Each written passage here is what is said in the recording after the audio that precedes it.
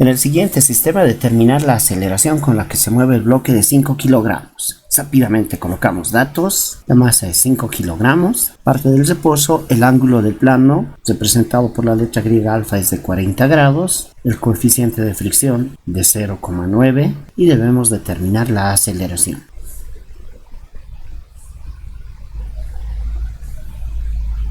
Realizamos el diagrama de cuerpo libre sobre el mismo bloque.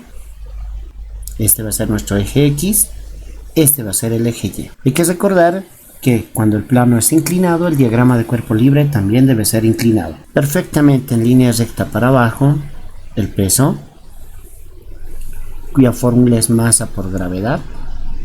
Podemos apreciar que el peso está en medio de los dos ejes. Debemos descomponerlo, tanto en el eje Y como en el eje X. Entonces vamos a tener un peso en el eje X y otro peso en el eje Y.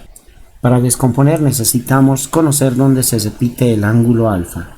Por geometría, el ángulo alfa se repite en el eje Y, al lado del eje Y. Y como se repite al lado del eje Y, podemos apreciar que se forma un triángulo rectángulo, donde el ángulo recto se encuentra acá.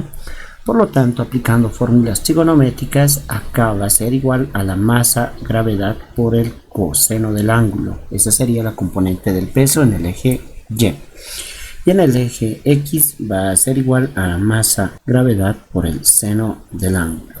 Siempre que un cuerpo está apoyado de forma perpendicular al plano, aparece la normal. Por sentido común nos damos cuenta que el cuerpo está resbalando, por lo tanto el movimiento es de arriba para abajo. Esto es importante para definir el signo de las fuerzas, positivo a favor del movimiento y negativo en contra del movimiento. Bien, si el movimiento es de arriba para abajo, la fuerza de rozamiento siempre se opone al movimiento y por lo tanto va a encontrarse en este sentido. La fórmula de la fuerza de rozamiento es mu por la normal. Mu es el coeficiente de fricción multiplicado por la normal, dándonos como resultado la fuerza de rozamiento.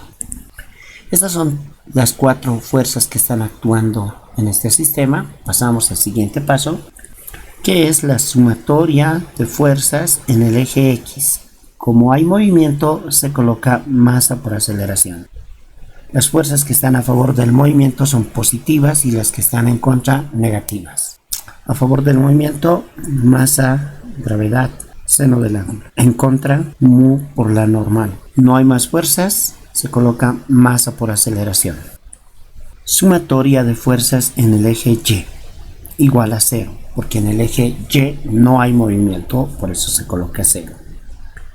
Cuando no hay movimiento, se supone que las fuerzas están en equilibrio.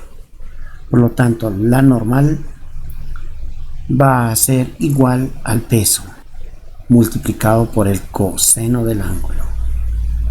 Las fuerzas que están a un lado están en equilibrio con las fuerzas que apuntan al otro lado.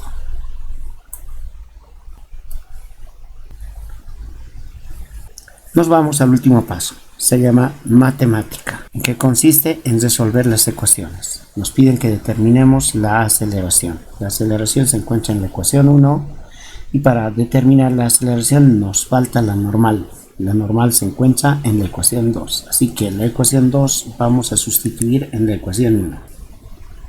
De esta forma ya se sustituyó la normal. Podemos apreciar que todos los términos tienen a la masa como factor común. Si factorizamos, podemos simplificar en un solo paso la masa, teniendo así una ecuación para la aceleración. Invirtiendo la ecuación, es decir, cambiando de lugar a cada término y ordenando, va a quedar así. Además, factorizando la gravedad. Gravedad, seno del ángulo, menos mu por coseno del ángulo.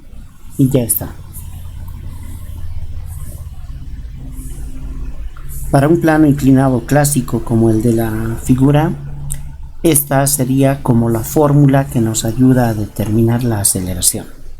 Así que podemos utilizar esta fórmula para cualquier sistema donde un cuerpo esté resbalando en un plano inclinado. Reemplazamos datos. La gravedad es 9,81, el ángulo es 40 grados, coeficiente 0,9. Reemplazamos todo en la calculadora.